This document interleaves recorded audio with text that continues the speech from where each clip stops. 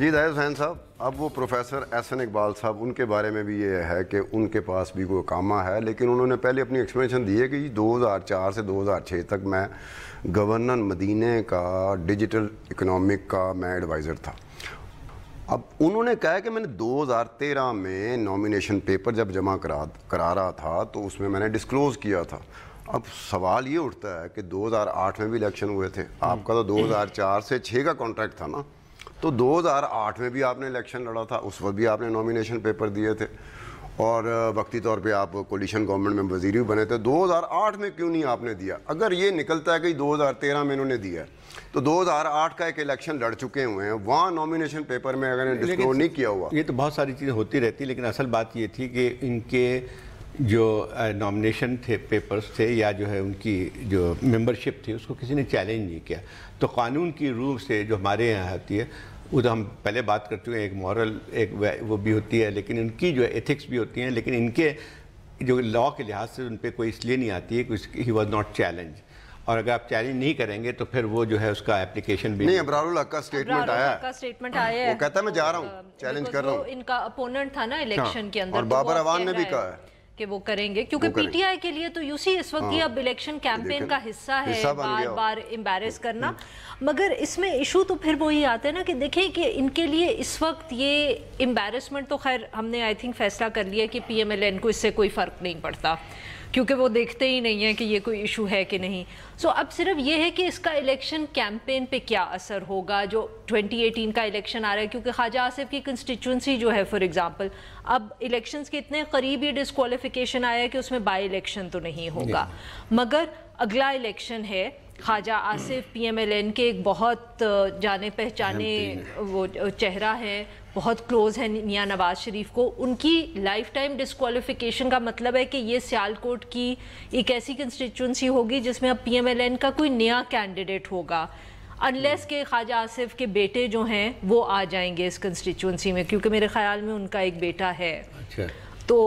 اب دیکھنا تو پھر یہی ہوگا کہ اس کا کیمپین پہ کیا اثر ہوتا ہے، ووٹرز کے اوپر اس اقامے کا اور ڈسکوالیفیکیشن کا کیا اثر ہوتا ہے، اور کیا اب احسن اقبال کی اگر ڈسکوالیفیکیشن کا وہ پروسیس شروع کرتے ہیں تو وہی کہ اب تو سارا اس کو ہمیں دیکھنا پڑے گا الیکشن کے حوالے سے۔ نواز شریف صاحب کو ڈسکوالیفائی کیا گیا تھا تو ایک حد تک جس کو کہہ سکتے ہیں کہ پبلک کو انہوں نے موبلائز کیا تھا کہ ان کے ساتھ جو ہے زیادتی ہوئی، ایک حد تک جو ہے تسلیم، لیکن میں سمجھتا ہوں کہ اس فیصلے کے بعد پی ایم ایل این کے زیادہ ڈیفینسو میں آ جائے گی، زیادہ دفاعی، اس میں ایک لحاظ سے جو کہتے ہیں نا کہ ہمیں کیوں نکالا والا جو ہے نعرہ کم سے کم اثر کرتا جائے گا، کیونکہ یہ اگر دیکھیں اس کی جو ہے آپ اگر ججمنٹ کو دیکھیں اتنی کمپریہنسو ہے کہ پھر ان کے پاس اس قسم کا جواز بہت کم رہے گا کہ مجھے کیوں نکالا یا غلط نکالا۔ ایک تو یہ بات ہوئی، دوسری بات ہے کہ پارٹی کے لیکن ظاہر صاحب وہ کوشش تو کریں گے نا، پی ایم ایل نواز تو کوشش کر رہی ہے نا کہ کسی طریقے کانسٹیچوئنسی میں جا کے اپنے حلقوں میں نون لیگ کے حلقوں میں کوئی کوشش کریں، ان کو ریئلائز کرانے کے لیے دیکھیں یہ ہمارے ساتھ زیادتی ہو رہی ہے۔ بالکل صحیح ہے، وہ کریں گے۔ ساتھ ساتھ سوری جسٹ ٹو ایڈ کہ آپ یہ بھی تو دماغ میں رکھیں کہ جتنی وہ کوشش کریں گے یہ کہنے کی کہ زیادتی ہوئی ہے، اب اس ملک کے اندر اتنے زیادہ جو ٹی وی چینلز ہیں اور جو صبح شام اس ججمنٹ کو مطلب جس کا پوسٹ مارٹم کریں گے اور کہیں گے یہ لکھا ہوا ہے وہ لکھا ہوا ہے، اس کا بھی تو امپیکٹ ہوگا لوگوں پہ۔ ہم کتنی دفعہ بات کر رہا ہوں کہ آپ نون لیگ اپنے طرح سے اپنے حد تک وہ کوشش کرے گی، ان کے مخالفین اپنی حد تک کوشش کریں گے۔ کہنے کا مقصد یہی ہے کہ پی ایم ایل این نے 88 سے اپنا امیج بلڈ کیا ہے as a party which is clean, which delivers, جو بہت صاف اور آنیسٹ لوگوں کی پارٹی ہے ریلیٹیولی کمپیئر ٹو دا پی پی پی، اور اس کو جتنے دھچکے اب لگ رہے ہیں پچھلے 6 مہینے میں، اس کے اندر اس کا بھی یہ بھی 2 سال سے لگ رہے ہیں جی، 6 مہینے میں کہاں سے لگ رہے ہیں۔ اس کے علاوہ ایک اور جو بہت اہم چیز ہے کہ پارٹی کے اندر اس کا اثر پڑنا شروع ہو جائے گا۔ دیکھیں آلریڈی پارٹی کافی ہل چکی ہے، جو پہلے لگ رہا تھا کہ جب نواز شریف صاحب کے خلاف فیصلہ آیا تھا صاحب اتنی نہیں ہلی جتنی ہم سوچ رہے تھے، اس لیے ملی وہ ہماری سوچ غلط تھی۔ اچھا وہ ہم چلے جی ہماری وہ سوچ اتنا بھی زیادہ ہی ہم ایکسائٹ ہو گئے تھے نا کچھ لوگ کہ جی وہ ڈسکوالیفائی ہوں گے، کیسے ٹوٹے گی، وہ نہیں ہوا تھا، وہ غلط بات تھی۔ اب ہاں وہ زیادہ اس میں لوگوں نے جو کہا تھا کہ یہ ہو جائے گا وہ جگہ وہ نہیں ہوا تھا، لیکن اب جو ہے جو پچھلے 1-2 مہینے سے چیزیں ہو رہی ہیں پارٹی کے اندر، مطلب یہ اس وقت تو نہیں ہوا تھا، لیکن آپ 6-7 جو ممبران ساؤتھ پنجاب سے، پھر ایک اور خبر آ رہی ہے کہ 4 اور پروونشل اسمبلی کے ممبران جو PMLN کے ہیں وہ بھی چھوڑ رہے ہیں. تو ایک حد تک ہوتا ہے کہ جب پارٹی کے اندر یہ ہونا شروع ہوتا ہے کہ یہ اس میں اب کہیں رکنے والا نہیں ہے چیز، تو پھر لوگ ادھر ادھر دیکھنا شروع کر دیتے ہیں. اور وہی ہے کہ سب سے بڑا چیلنج اب جو ہے پارٹی لیڈرشپ PMLN کی لیڈرشپ کو ہے کہ ایک تو اپنی پارٹی کی جو ہے وہ یونٹی کو کس طرح برقرار رکھیں، اور پھر الیکشن میں اس نعرے کے ساتھ جائیں تو کتنی ان کی پذیرائی ہوگی. نہیں، میرے خیال میں ان کے پاس نعرہ ایک ہی رہ گیا بس، وہ جو مجھے کیوں نکالا، ہمارے ساتھ زیادتی ہو رہی ہے. آج بھی لگے ہوئے تھے میاں نواز شریف صاحب راولپنڈی ڈویژن سے جو تعلق ہے نا لیگی لوگوں کا، ان کے ساتھ بات کرے. پھر وہ 64 لے آیا، پھر وہ 37 لے آیا، پھر انہوں نے کہا بھٹو آیا تھا، ہماری ایک فیکٹری تھی یہ چھین کے لے گیا، دوسری فیکٹری ڈھاکہ میں رہ گئی تھی. میرے 72 میں میرے والد صاحب گئے، ہم سے پوچھا جا رہا ہے گلف اسٹیل کہاں سے بنی، بھئی ہماری جیب میں پیسے نہیں تھے، ہم سے ہی پوچھا جا رہا. اور ساتھ انہوں نے کہا کہ جی ہمیں بتایا جائے کہ جو ہماری فیکٹری چھینی تھی ہمیں کوئی پیسے دیے تھے آپ لوگوں نے. تو وہ آج بھی وہ کوئی نہ کوئی چیز جو ہے ریپیٹیشن پہ اڑا رہے ہوتے ہیں. بہرحال اس سیگمنٹ کا وقت ختم ہوا چاہتا ہے. ایک چھوٹی سی بریک لیں گے، بریک سے واپسی پہ اکنامک سروے آف پاکستان 2017-18 میں بات ہوگی، اور یہ ساری ذمہ داری ہوگی زاہد حسین صاحب کی.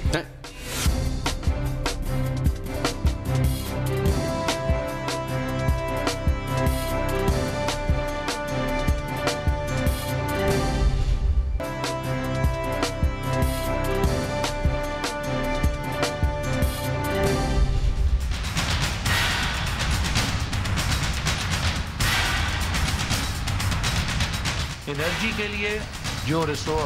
ایلوکیشنز تھیں وہ سالانہ بنیادوں پہ 400 ارب سے بڑھائی گئیں، انفراسٹرکچر کے لیے 400 ارب سے زیادہ کی گئیں.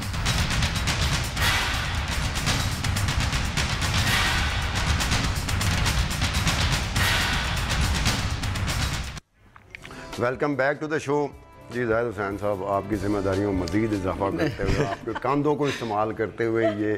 جو اکنامک سروے آف پاکستان آیا ہے اس کو ہم بھی سمجھنے کی کوشش کریں گے، جو دیکھنے والے بھی. بہت بہتر ہے. چلے دیکھیں، ہم نے ابھی بہت زیادہ جو ہے اس سے پہلے سیگمنٹ میں مسلم لیگ کو کافی جو ہے کرٹیسائز بھی کیا ہے ساری چیزوں پہ. آپ تعریف کریں گے ان کی صرف بیلنسنگ ایکٹ کی؟ نہیں، ناٹ بیلنسنگ ایکٹ، لیکن ایک تھوڑی سی بات جو ہے کہ ایک جو انڈیکیٹرز آئے ہیں تو اس میں یہ کہا جا سکتا ہے کہ جو ہے ایک لحاظ سے جو پرفارمنس کے لحاظ سے اکانومی میں یہ جو گورنمنٹ جو تھی اس نے بہتر کیا ہے. اور یہ بات صحیح ہے کہ جو ہے آپ کی GDP گروتھ میں ساری چیزوں کے اظہار نہیں کرتی ہے، لیکن ایک حد تک جو ہے آپ کی 12 یا 13 سال میں جو ہے ہائیسٹ آئی ہے 5.8%، اور آپ کا ٹارگٹ جو تھا وہ 6% تھا. تو تھوڑا سا فرق ضرور پڑا ہے. میں اس بات سے متفق نہیں کرتا ہوں جو احسن اقبال نے کہا کہ اگر نواز شریف کو نہیں ہٹایا تو 6.1% ہو جاتی. خیر وہ تو نہیں تھا. احسن اقبال صاحب نے تو بیسکلی الیکشن کیمپین کی سپیچ کی، انہوں نے اکنامک سروے کی تو ذرا بھی نہیں کہ ہم نے سڑکیں بنا دی، ہم نے یہ کر دیا، ہم نے وہ کر دیا. تو یہ کہا جاتا ہے کہ دیکھیں اکانومی ریکور کیا ہے، ریکوری ہوئی ہے اس میں،